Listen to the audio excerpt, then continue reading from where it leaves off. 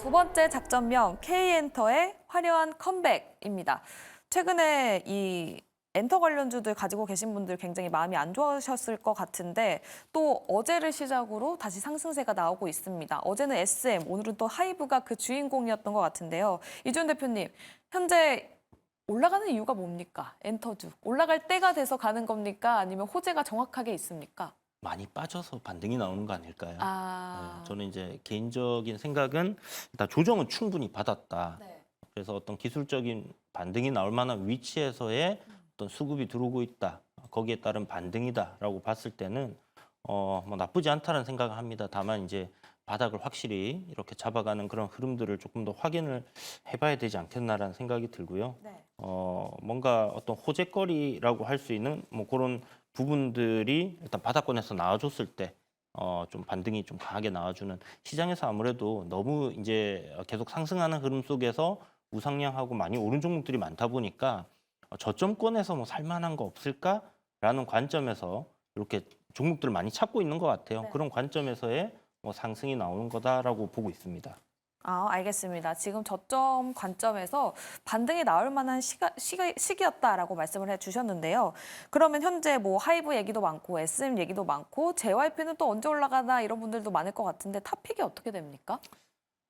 일단 하이브하고 JYP 엔터고요. 하이브 같은 경우는 사실 이제 지금 시점에서 뭐 퍼가 한 20 정도 되는 그런 뭐 다른 엔터주들에 비해서는 밸류적으로는 조금 부담스럽다라고 생각을 하실 수도 있을 거예요. 그렇지만 여기에 이제 소속돼 있는 아티스트들, 그러니까 우리가 흔히 지금 얘기하고 있는 한류 열풍의 서구권으로의 이런 그 인지도를 얻게 만들어줬던 그런 회사가 바로 하이브고요. 방탄소년단이라는 아티스트들이 소속되어 있는 그런 기업이죠. 그래서 퍼 20이라고 생각을 한다라고 하면 지금 과연 이 엔터주들, 한류라는 부분들이 과연 여기서 멈출 것인가? 저는 그렇게 끝날 것 같지는 않습니다. 지금 현재 뭐 새롭게 나오고 있는 아티스트들, 그리고 기존에 있었던 아티스트들, 이제 연식이 좀 오래됐다 이러면 좀 그럴 수 있는데 어찌됐든 이제 데뷔하신 지 조금 됐던 분들께서도 결국은 지금 뭐 핫백 요런 차트, 빌보드 차트에 계속 올라가고 있거든요. 그렇다는 말은 이제 우리나라의 이 엔터사들이 결국 이 아티스트들을 키워내는 어떤 프로그램이라든지 아니면 그런 육성하는 정책들이 굉장히 잘 먹혀 들어가고 있다라고 봐야 되는 부분이고요. 그런 부분들이 결국 글로벌 이 수요에 좀 괜찮은 모습들을 보여준다라고 봐야 되겠죠. 그들이 원하는 음악들, 그들이 원하는 그런 부분으로 이제 점점 확산이 되어가는 그런 분위기이기 때문에 뭐 그런 관점으로 본다라고 했을 때 일단 대장주격인 하이브, 그 다음에 최근에 이제 충분히 조정받고 기술적인 반등 위치에 놓여 있는 뭐 JYP 정도를 탑픽으로 볼 수 있을 것 같습니다. 하이브와 JYP 엔터 관련해서 말씀을 해주셨는데 근데 SM도 SMCNC 그리고 키스트 등 비주력 자산을 매각하겠다라고 또 이야기를 밝혔잖아요. 이 네. 부분은 호재로 작용 안 됩니까? 일단 잘 하고 있는 거를 하는 거, 그건 저는 굉장히 좋은 일이라고 생각을 해요. 어떤 뭐 실적이 안 좋거나 좀 잘 못하고 있는 사업 쪽을 구조조정을 통해서 잘라낸다라는 것은 기업이 성장할 수 있는 부분으로 봤을 때는 굉장히 호재다라고 볼 수 있을 것 같고요. 네. LG전자가 이제 스마트폰 시장을 포기했듯이 그쵸, 네. 그런 좀 과감한 구조조정들은 기업의 장기적으로 봤을 때는 긍정적인 면이다라고 우리가 생각해 볼 수 있을 것 같습니다. 알겠습니다. 또 하이브를 살펴보면 이번에 신인 걸그룹 아일릿이 굉장히 기대된다라는 이야기가 있는데 또 찾아보니까 정식 데뷔 전에 일본에서 정식 데뷔 전에 일본 최대 규모 축제도 초청받았다고 하더라고요. 그리고 뭐 네. 뭐지 뉴진스도 일본 데뷔 앞두고 있고 컴백도 앞두고 있다고 하는데 네. 이 컴백이 모멘텀을 받을 수 있을지가 저는 궁금한 게 뭔가 엔터는 올라가야 될 자리에서 이슈를 붙이는 느낌이어가지고 이슈 때문에 올라간다기보다는 어떻게 보십니까? 이슈 때문에 올라간다기보다는 올라갈 뉴스- 때가 돼서 거기에 네. 뉴스가 따라붙는 느낌이에요. 저는 모든 주식이 다 그런 것 같아요. 아, 그래요? 네. 그러니까 그런 면이 좀 없지 않아 올라가고 있긴 있고 해요. 사람들에게 이렇게 좀 뭔가 주목을 끄는 그런 섹터나 종목들이 아무래도 이제 관심이 있다 보니까 기사가 나오게 되고 거기에 대해서 공부를 해서 사람들이 더 부각이 되고 이런 부분들이 있는 것 같은데 네. 뭐 말씀하신 것처럼 어떤 뭐 모멘텀이 있어서 뭐 주가가 올라가는 걸 수도 있겠지만 실질적으로 이제 약간 음모론적으로 접근을 해야지 그렇게 생각하실 수 그럼 있는데 좀 단기적으로 접근해야 됩니까? 지금 엔터주 같은 경우에는. 왜냐하면 AI나 반도체는 대세 상승이잖아요. 네네. 근데 엔터주는 이슈에 따라 붙다 보니까 이럴 때는 단기 트레이딩을 해야 되나라는 생각이 들어서요. 저는 지금 자리는 단기 트레이딩은 오히려 추세적인 상승이 나오고 있고 강한 종목들 그런 종목들 안에서 단기 트레이딩을 해야 된다고 생각을 하고요. 네. 지금은 어떤 투자의 관점에서 바닥권에서 저점을 깬다라면 짧은 손절이 가능한 구간이고요. 만약 여기서 어떤 그 엔터주들의 모멘텀이 시장에 붙어주고 수급이 계속 붙어준다라면 바닥을 만들 가능성이 있습니다. 그러면 올라갔을 때는 수익률을 굉장히 크게 가져갈 수 있고 손절은 짧고 하는 그런 가성비 구간이거든요. 네. 그런 관점으로는 저는 투자 관점으로는 한번 볼만하다라는 생각이 들고 이 좀 섹터가 큰 종목들 이런 종목들의 바닥을 잡아주는 역할을 하는 주체는 대부분 기관들이에요. 네. 그래서 기관들이 그동안에 매도를 쭉 이어오고 외국인들 쭉 이어왔는데 여기에서 기관의 매수세가 계속해서 이어지는지를 보시고요. 추세가 전환이 되고 나면 그때부터는 외국인들이 쭉 들어와주는 경향들이 네. 있습니다. 그래서 그런 관점으로 한번 엔터주들은 좀 지켜보시면 좋을 것 같아요. 알겠습니다. 탑픽으로 현재 JYP와 하이브를 말씀해 주셨는데 바닥권은 좀 기관 수급을 확인해 보시면 좋을 것 같고요. 추세적인 상승이 나오는지 이 여부를 판단할 때는 외국인 수급을 확인해 보자라는 이야기 들어봤습니다. 다음 김시은 팀장님도 현재 엔터주에서 보시는 종목 따로 있으십니까?